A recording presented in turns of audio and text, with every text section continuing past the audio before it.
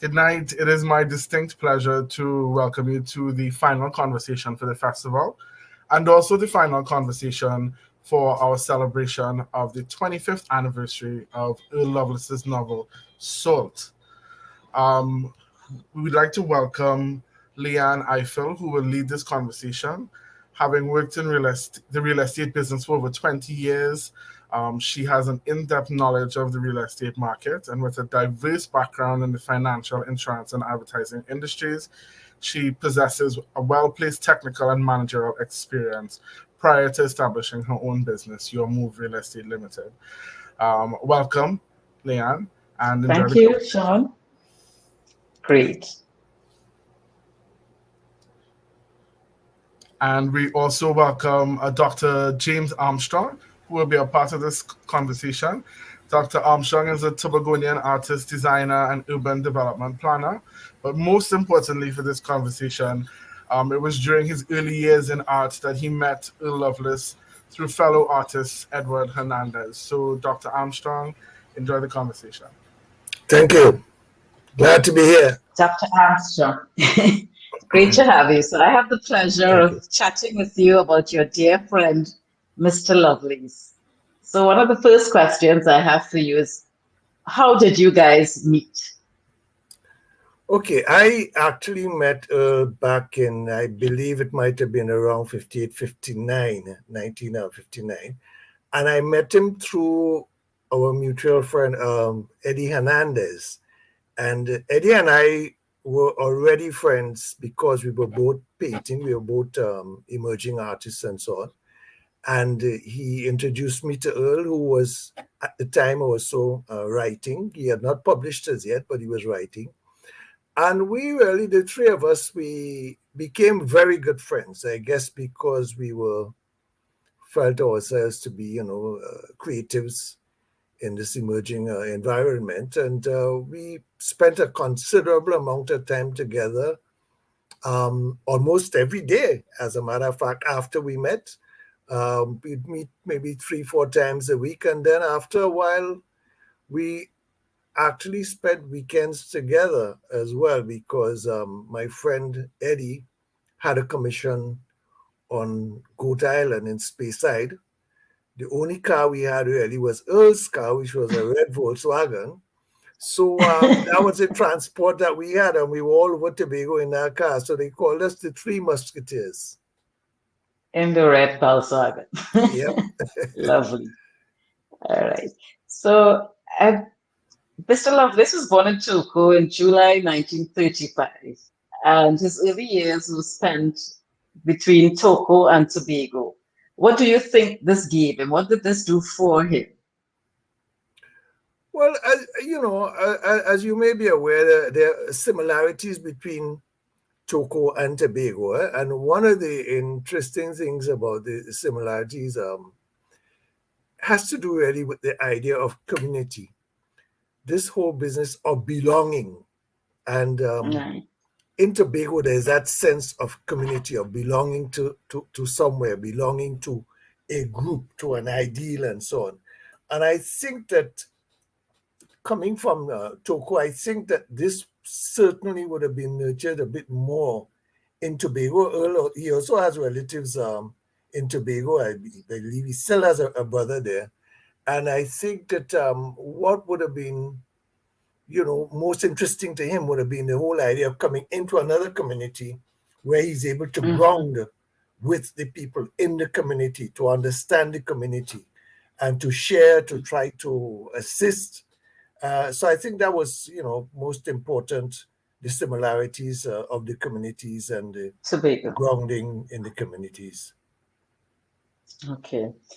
So Mr. Lovelace shared he failed the exhibition exam twice, once in Tobago and then the next time in Trinidad.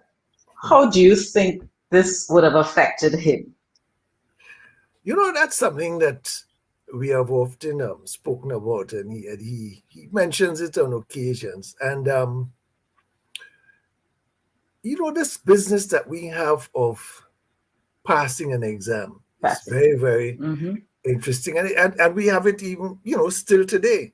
And this idea Today, common entrance. Mm-hmm. yes, of being bright. And I Mm-hmm. think that this business of being bright by schooling, not necessarily educating yourself, is a problem really in the society. And Indeed. Earl probably felt that, look, failing these exams probably was an escape from, as Powers say, if he was too bright in Mainstream. school, you know. Mm-hmm. And while we all want to pass exams and I guess to be bright, as they say, I think that brightness really has to manifest itself in how you are able to participate in your community, how you are able to contribute to your community, to Mm-hmm. understand your community, to really express and help to nurture, the endeavors, the aspirations, and so on of the community. Mm-hmm. So that there are lots of people who have passed the exams who we consider to be bright. And And I've done they nothing. really have not contributed in the same way that Earl Mm-hmm. has contributed. For instance, um, if I can perhaps mention, we were doing some sessions in East Port of Spain, for instance, and I asked Earl. Yeah. I was sort of teaching them art, and I asked Earl whether he could come and do some readings. And somebody said to me, but these are elementary school kids. And I felt, well, why not? Let's give it a shot. Mm-hmm. And Give it was them interesting that exposure. the teacher read some passages from Earl's book. So at Hockett Baptist School, for instance, they did Hockett. They would have done, I think, Wine of Astonishment or one of his books, anyhow.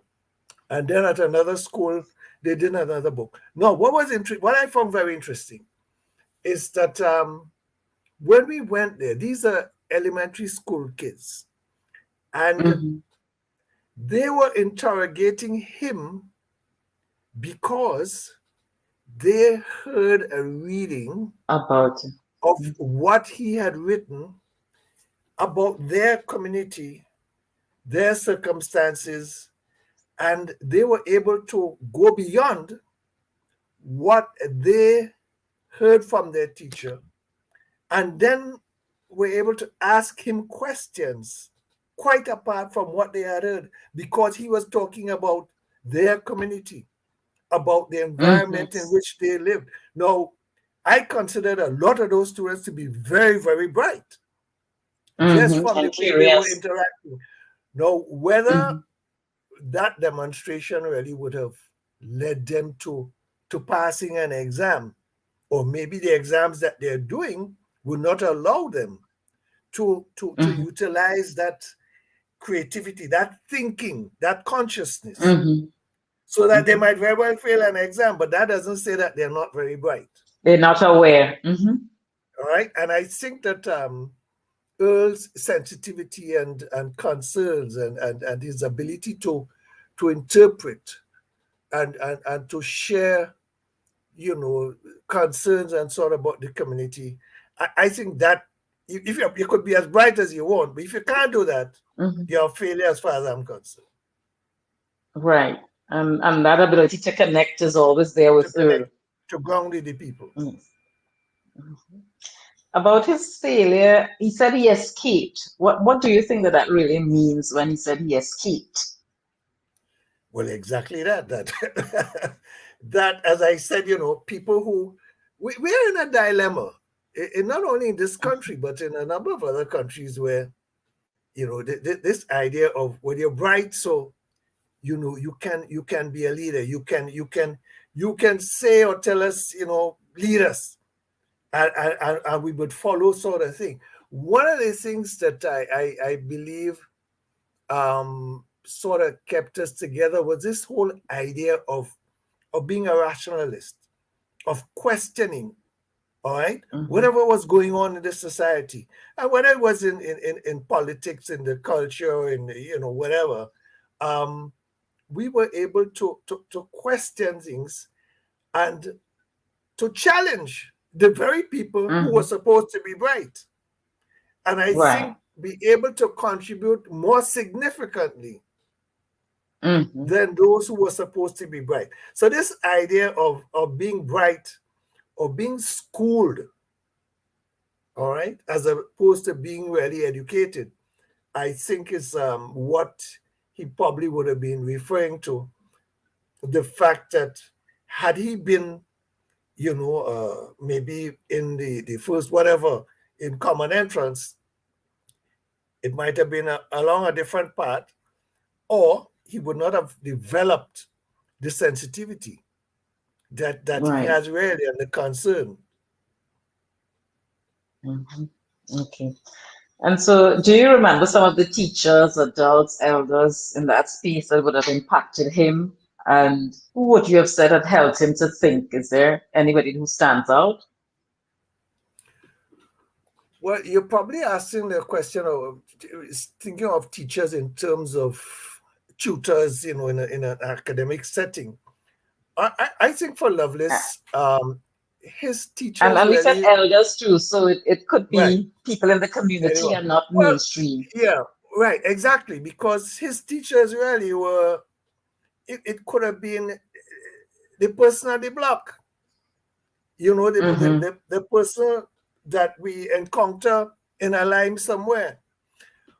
For instance, I remember we were driving around Tobago once, and Earl wanted to go to see his old school, the Methodist school in Scarborough. So we went and, he looked at it, it's dilapidated and so on.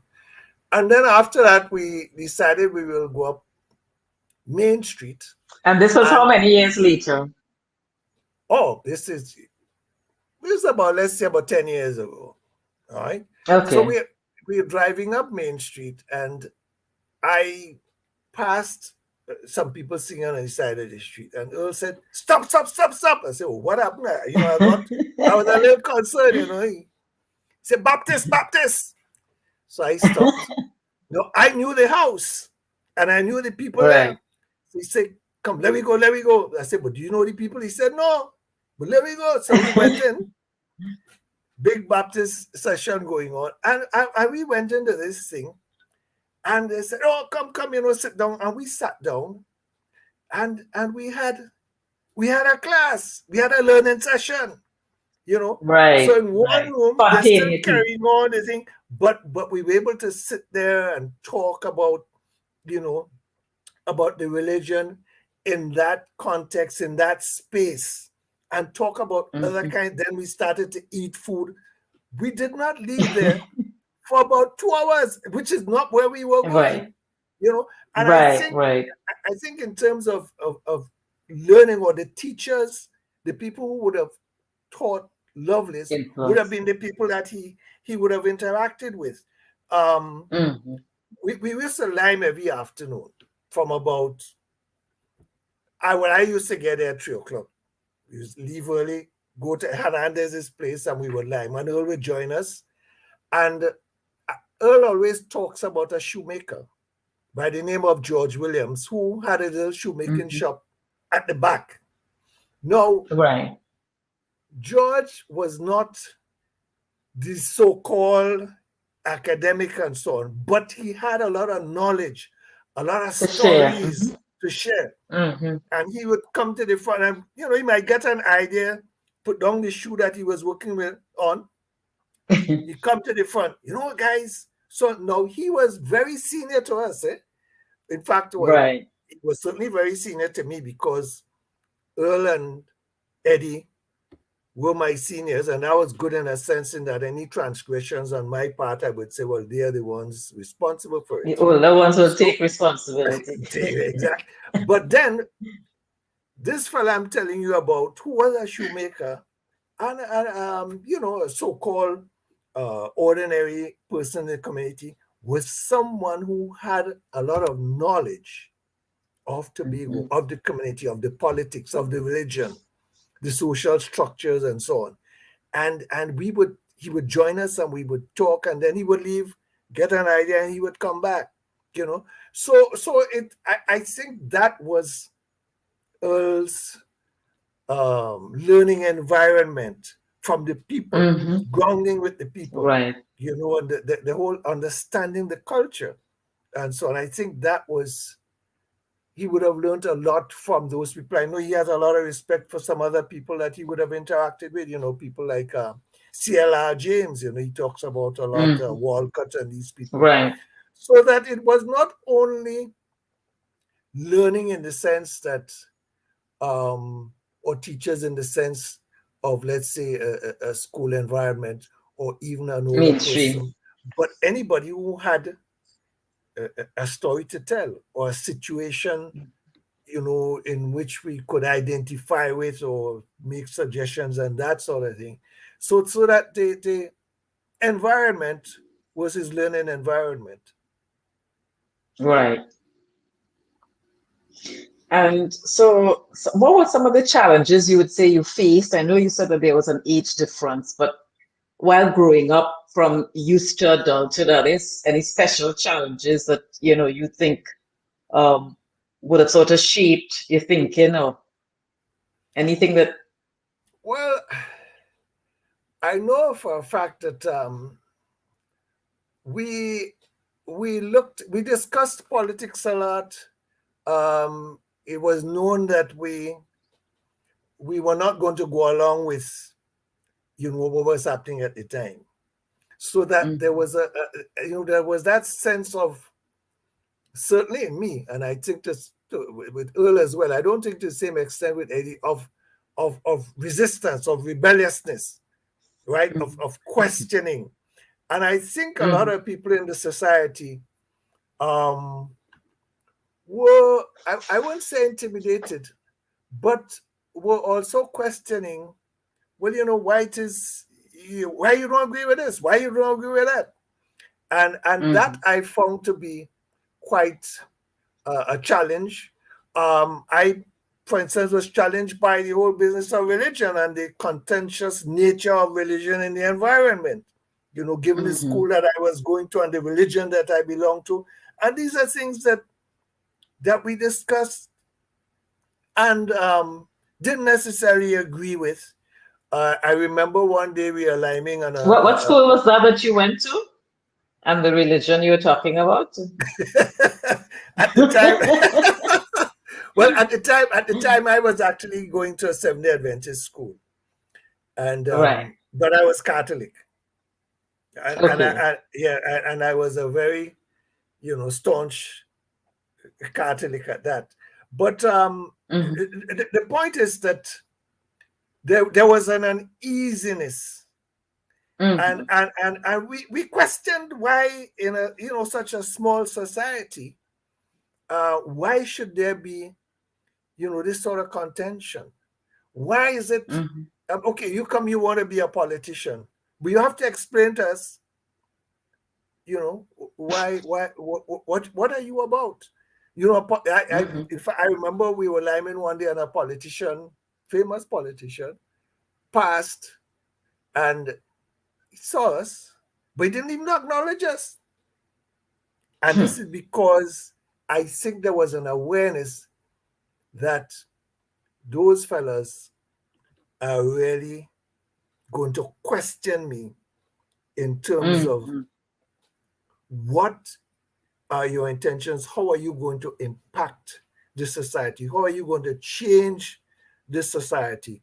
And I consider myself to be what I would call a representational artist as far as my art is concerned. And I think that, in a sense, Earl is also a representational artist, in that we really look at the society in which we live, and we, that is what we want to depict, to understand, to share a narrative on, or an image on. So that Right. I think those are I don't think that we were, sort of welcome into many places, but that was not a problem. We had ourselves to We had each other really to, you know, to chat with and so on. All right. So, Mr. Lovelace's emergence as a writer and a thinker in this piece, what observations can you make about this as a writer and as a thinker? And changes you observed over the years, the shifts he made. Okay. As I said, Earl had this concern about people, about things that were happening in the society. We separated at about, I left home to go away to study in about 67, and he left a little before me. And we kept in touch, and our friend Eddie was the anchoring, spot for us and so on. So Eddie stayed in Tobago. Eddie stayed in Tobago. Eddie never left. Right. Right. And I would see her only on occasions. I ran into him, for instance, I was going to Washington. He was in Washington. We met there, but we did not meet as frequently. But then eventually we hooked up again. And I remember I saw him in the Savannah. It was Carnival. It was might have been Panorama or Carnival Monday or Tuesday. But there he was with a baby over his shoulder. So, Earl, what's happening? And so on, and I ran up to him and he said, fine. I said, well, who is this? He said, well, that's my daughter. I said, oh, okay. And it struck me as, well, which woman really gonna give a 2 or 3 year old child to a man and have him in Panorama or on Carnival Day or whatever? But what that demonstrated to me really is a sense of responsibility, of recognition of family, of commitment to family. And this is something that I have observed and really admired in him. I don't know if you know the family, but yes. I mean, when they're together, it's and it is something that, I mean, I don't know that it's a major change from what he was demonstrating earlier, but at that time the family was not of the size that it was. But I think that is something that I always admired in him, in terms of, apart from the activism and so on that we were involved in, that there was that commitment to family and family life, and that sort of thing is something that I really admired and thought that was certainly something to emulate, something that any so man. Some of it would have rubbed off on you. Yes, and should rub off on a lot of us. So it's something that yes, I really admire in Earl, is his commitment to family and to family life and that sort of thing. All right. I mean, there's some other things, but I don't know that we have time to get into. Go ahead. So in terms of his notions around Africanness, do you think this was fully embraced, his enduring philosophies? Sorry, say that again. In terms of the Africanness. His notions around Africanness. Yes. Do you think this was fully embraced? Well, it depends really on how much you're really following his work, and because it's something, these are things that he has touched on and so on a bit, the retention of certain African practices and that sort of thing in the culture.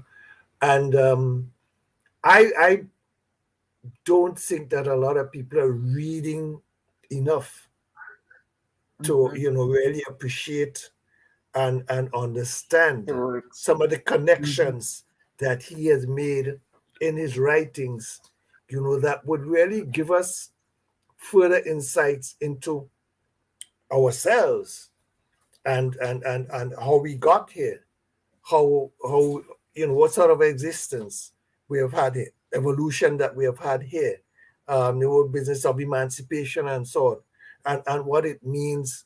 And I'm very glad that we're able to. I mean, I spent a considerable amount of time in Africa as well, and that was Mhm. another talking point for us really. Whenever I came back home and we met and so on, we would. It was someone that that would appreciate what you had to say Mhm. about Africa and the whole slave trade and the whole business of resistance and reparations and that sort of thing.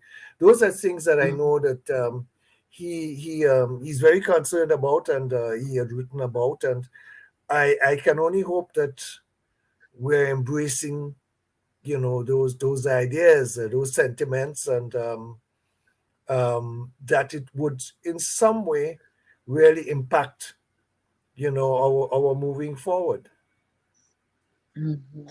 I don't know if that does that answer your question really? And I think you've touched on it. I know the novel Salt would have gone in depth into yes, various yes, yeah, personalities back in that time and back in that space, and um, maybe a lot of it is not on the school curriculum, for instance, and he got an award for that reading and that book. So this mm. is the 25th anniversary, and I think the highlight of that is such that why they're saying, do you think it was fully embraced? And in terms of his whole philosophy and the whole, Africanness. So I think you've touched on it, but I think that's sufficient for this piece. What we need to do is to get people to read it, to get Hmm. more people to read Okay. it, more, especially young people, Yes.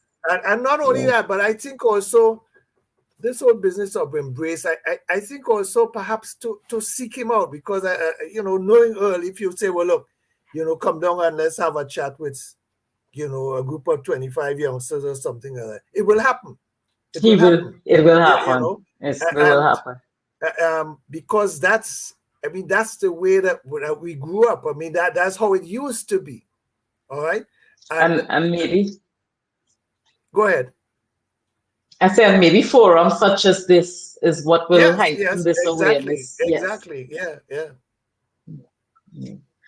So over 60 years of friendship, that's a long time. As we reflect on the journey, what do you think are the underpinnings, the things that cause the friendship to last?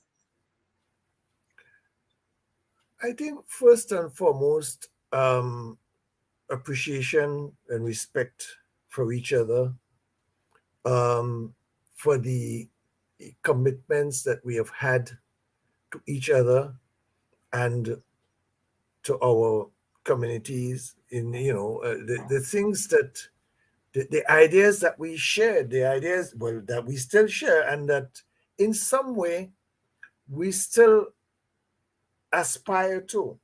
Whether I mean in my paintings, in my professional work and so on, Earl in his writings and his lectures, um, there was really a commonality in that we wanted the same things, Hmm. and we were serious about it.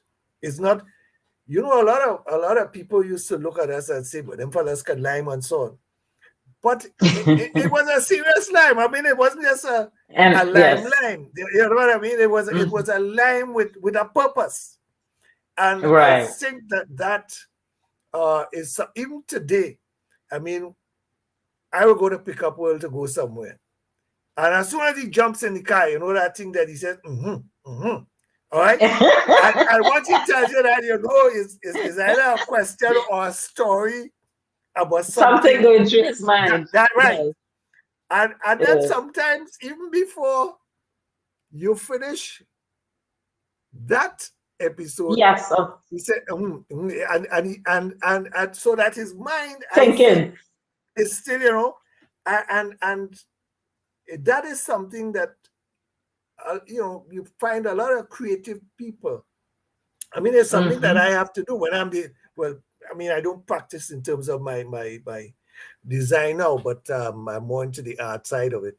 But it is something that you just go into, and you have to do and do it quickly.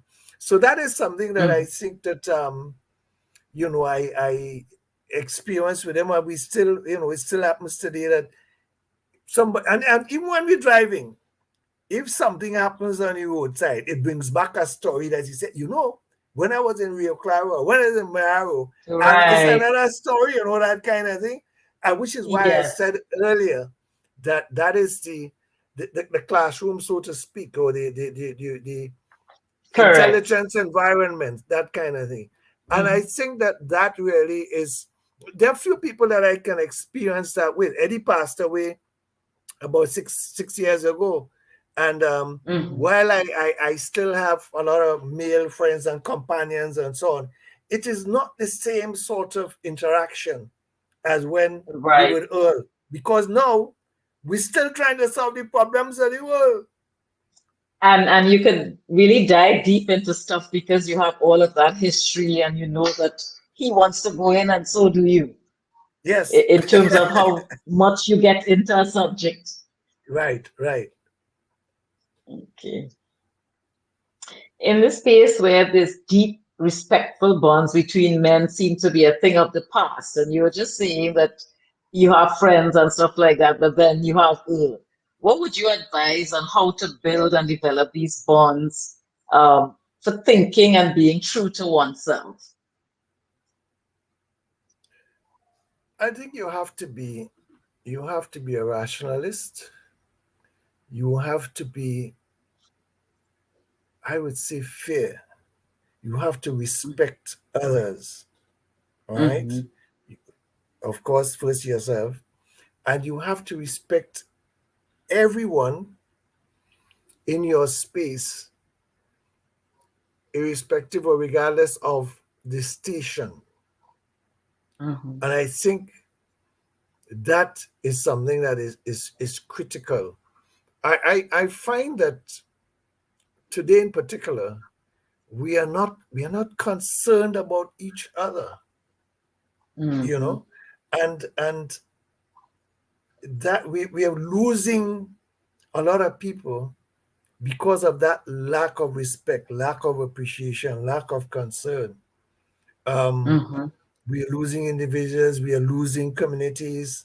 We Mm-hmm. need, we excuse me, we really need to go back to those roots to understand, in fact, the glory that we had. There is Mm-hmm. something that Earl always says, and I often remind him about it. He says, what have we done with the things that we have done? And I don't know if you Mm-hmm. understand really what that question is about. In other words, Yes.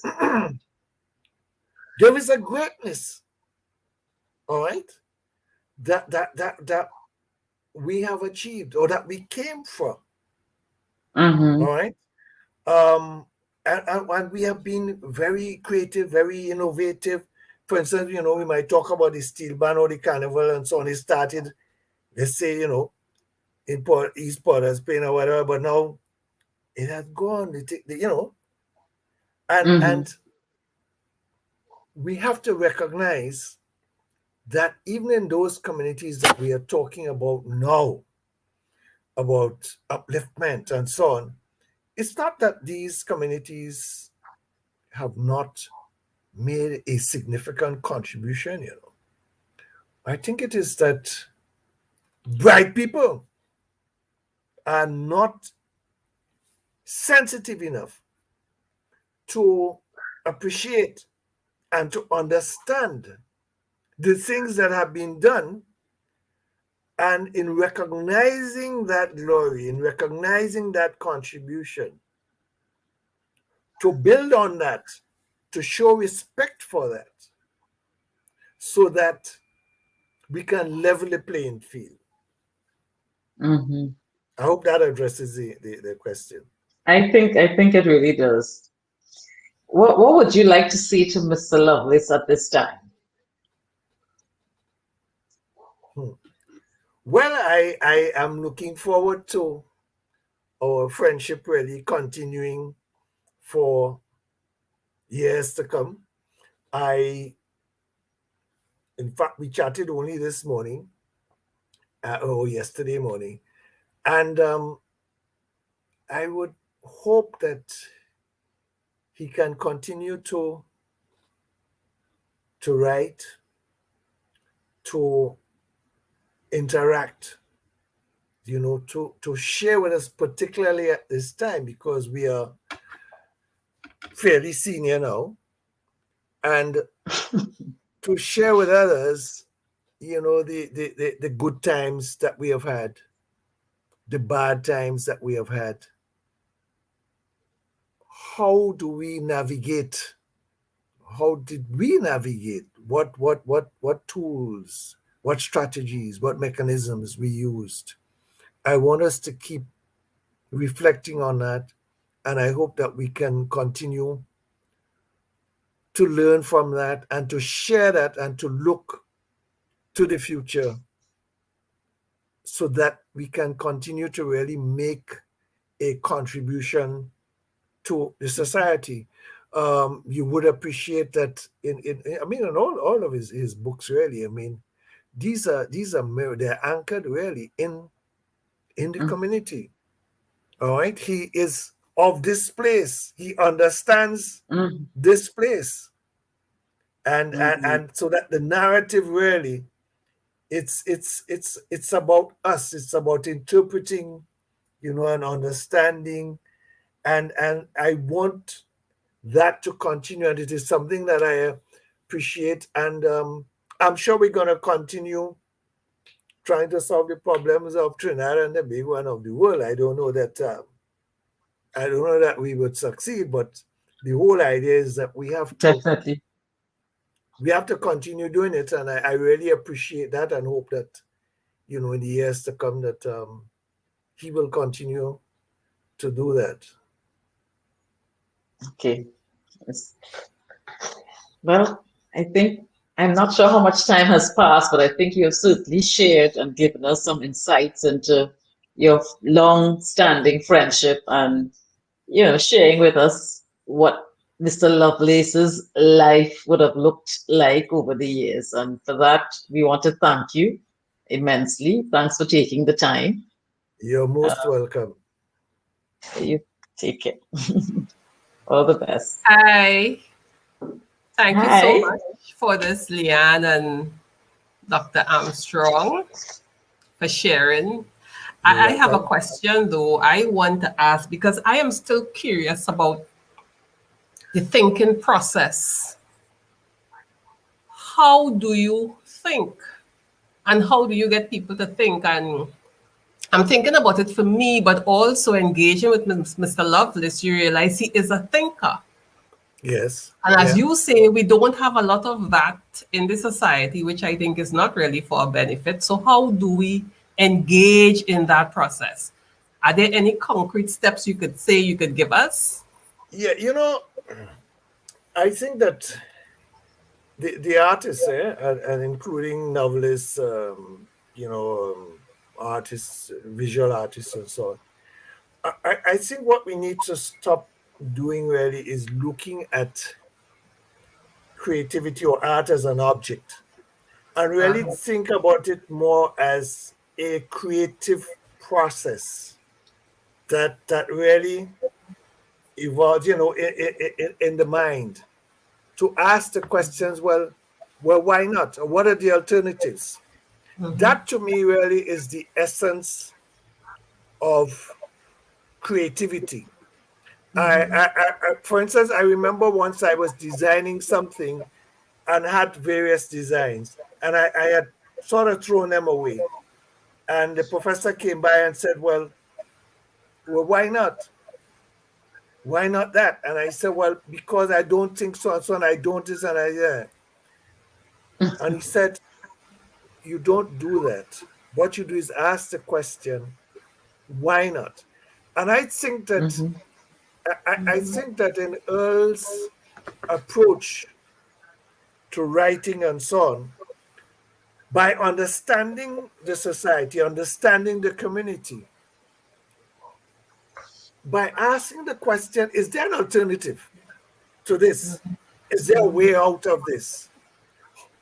How else could this have been done? What was meant by this? I think those kinds of questions are the questions that really would create alternatives or the progression of a narrative that takes you beyond what you were thinking about or what you accepted previously. Sorry. So I see it as a conscious creative process rather than a product. The artistry really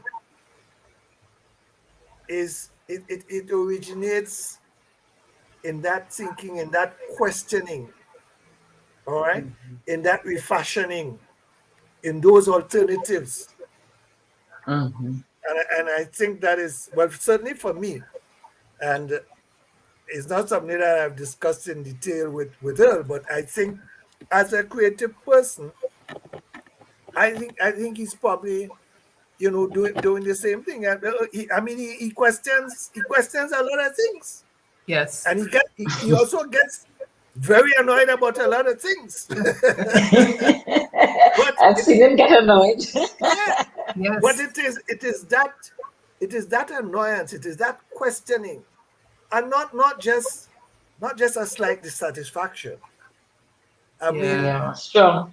he and my other friend Eddie were people when you get them annoyed. You understand? So it is that, I think it is that that annoyance, that questioning, that dissatisfaction, that resistance, and seeking an alternative that then brings up in the thought processes, all right? Yes. Alternatives that we say, okay, you're being creative. And that the lack of that in the society, in my view, also I think keeps us down. Yeah. You know that we talk about innovation and so on, but we are not being very innovative because we're not questioning anything. We just accepting, and I think the powers that be do things in such a way that they say, okay, they put you in a certain comfort zone, and they say, well, look, I don't really I ain't too happy, but I don't want to question anything. You settle a little more. Right, So I think that that sets you thinking really once you begin to get annoyed and question and the question. Yep, Yes. Yep. Yeah. And I think talking with him, another thing I know he focuses on is the education. Like he kept saying, educating for what? You see, yeah, well, again, as I said, yeah, education for what really? Because we have a lot of educated people. In fact, a lot of educated people got us where we are today in a dilemma. Because and not only that they feel they're right, but those who are looking on, I'll say, boy, that fella bright, boy, that fella, that kind of thing. And that kind of lulls you, it puts you in a place that you stop wondering, you stop trying to reach anywhere or to do anything. So that is a very, very dangerous thing. I feel that if, as I said, if you're educated or if you're bright, that must also, I don't have anything against that, but I'm saying that must also manifest itself in the way in which you address your community and the people around you and that sort of thing. Other than that, what's the business of being bright or being educated or being schooled? I ain't so sure I said it's really being schooled. A lot of being schooled. And not being educated. And that is the system under which we operate in, in terms of the education system that we have. So exactly. So what do we do? Well, what you do is get vexed about it. We're not getting vexed enough. Question it. Yes. Ask questions. Yes. Get vexed about it, disrupt it, do something. You gotta do something. Yeah. And not, it doesn't even have to be collective, I mean, it's yourself saying, look, I am not satisfied, Mm-hmm. and therefore something has to be done. And those are the kinds of things really that, I mean, these are things that we have been sensing and talking about for years. And that is why as I said, over the years, the friendship that we have had, it really surrounds these kinds of concerns. It wasn't a simple life. Right. There was purpose in the life, and I like that. Intentional, purposeful life. Yes. Yeah. But any final words you want to share with us? Leanne, this was really good. Thank you so much. Any final words? Yes, I enjoyed it. I forgot to tell you something. Let me end by that.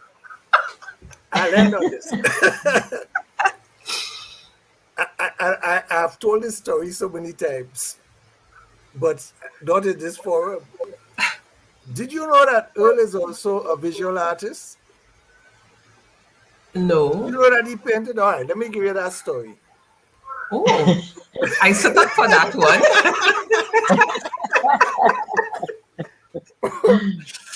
One day, many years ago, before we left to go away and study, and the early days of Lyman, Eddie was a visual artist. I was a visual artist.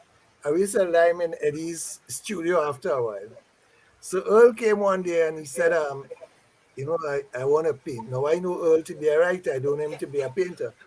So he borrowed some paint from Eddie and a piece of canvas. So he went home to paint. So he came about 3 days later, came back to the studio one afternoon with Lyman. And he showed us the painting. And my friend Eddie said, well, fantastic, fantastic. But I'm looking at this thing and I said, well, what is it? And he said, well, this is duck in the rain. So I said, duck in the rain? But I looked at it and there could have been a duck or a fowl or a turkey or something. But it was a beautiful painting. So Eddie kept telling him it's fantastic and I liked it and so on. But he was so impressed by our comments and so on. He decided to paint some more. So he took some more paint again and he went back home again. And he kept painting until the dog drowned. So we couldn't see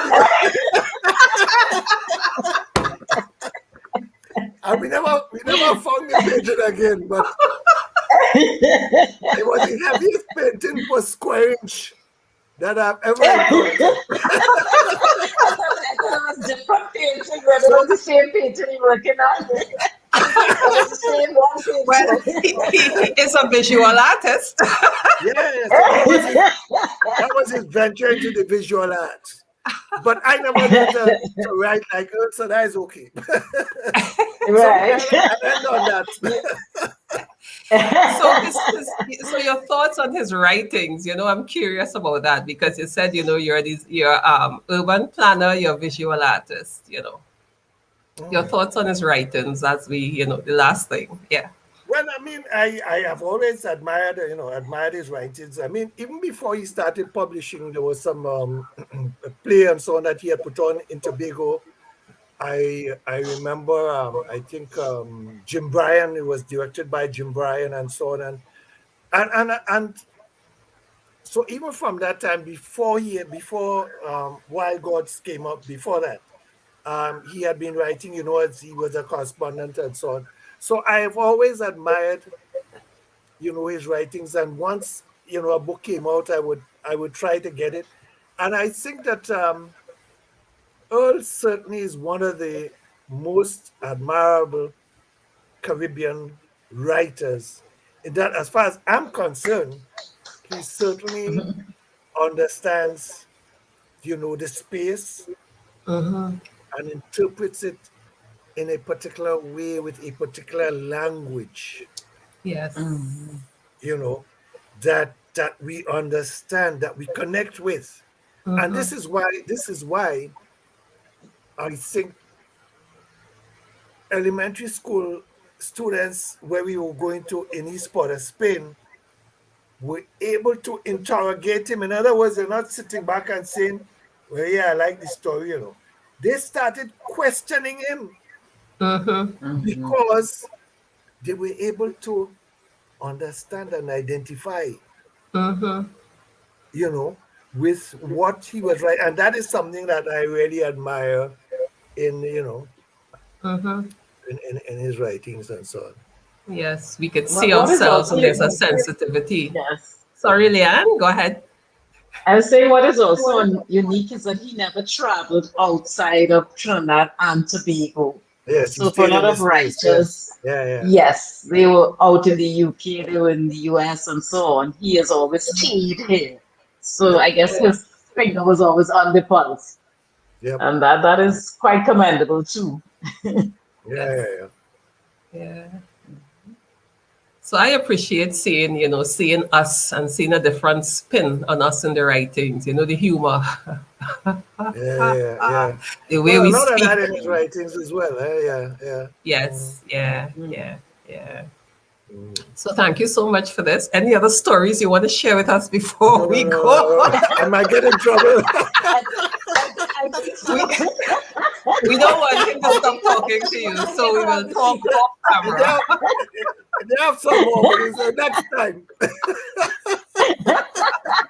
Thank you, Jim. Okay, Thank you so much, Dr. Armstrong. Leanne, thank you so much for saying yes and joining us at the festival. This has been It was so lovely. really, really informative. Thank you.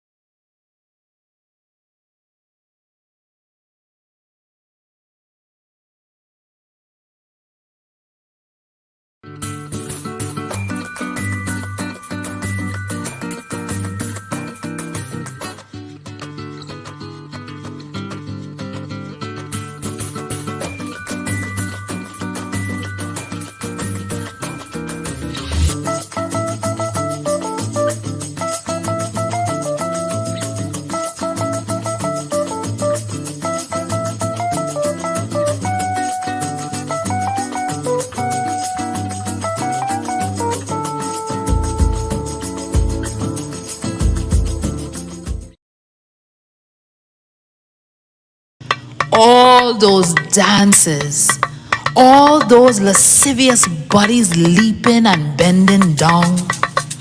They couldn't see him in the dark among the shadows and trees, but they could hear.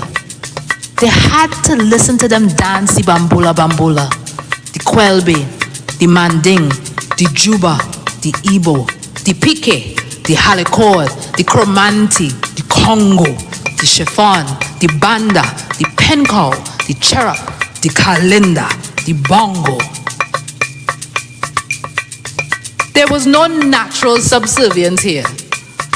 Nobody didn't bow down to nobody just so. To get a man to follow your instructions, you had to pen him and beat him and cut off his ears or his foot when he ran away.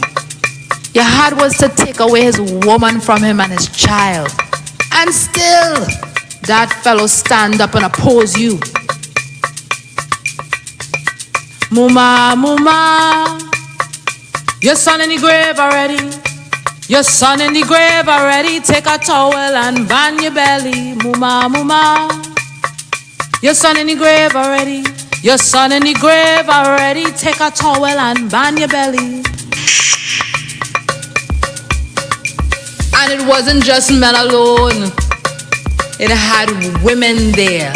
That was even more terrible. They had to ban them from talking. They had to ban them from walking and raising up their dress tail and shaking their melodious backsides. They wasn't easy. The plantation people couldn't handle them. They beat them. They hold them down and turn them over and do them whatever wickedness they can manage. But they couldn't break them. They couldn't break them. They couldn't break them. 400 years it take them to find out that you can't keep people in captivity. 400 years. And it didn't happen just so. People had to revolt. People had to poison people. Port of Spain had to burn down. A hurricane had to hit the island. Haiti had to defeat Napoleon. People had to run away up the mountains. People had to fight. And then they agree, yes, we can't hold people in captivity here. But now they had another problem. It was not how to keep people in captivity. It was how to set people at liberty.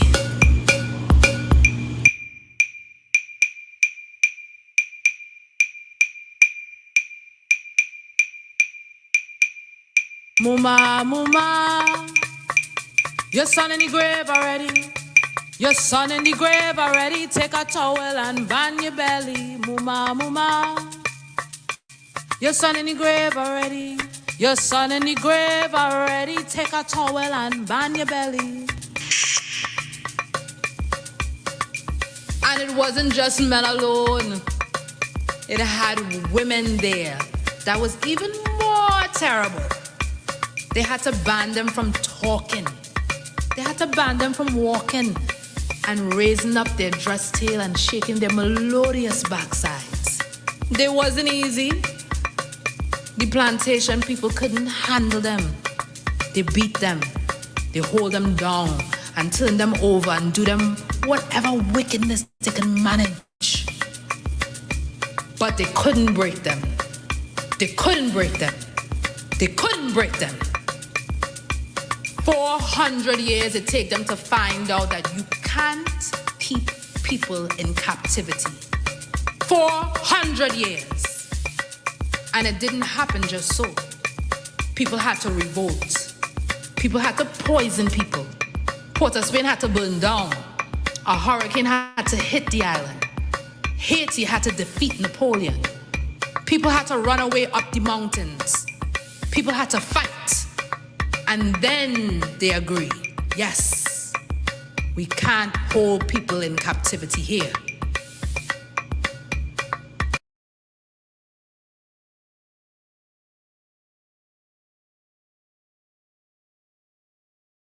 Whole night black people.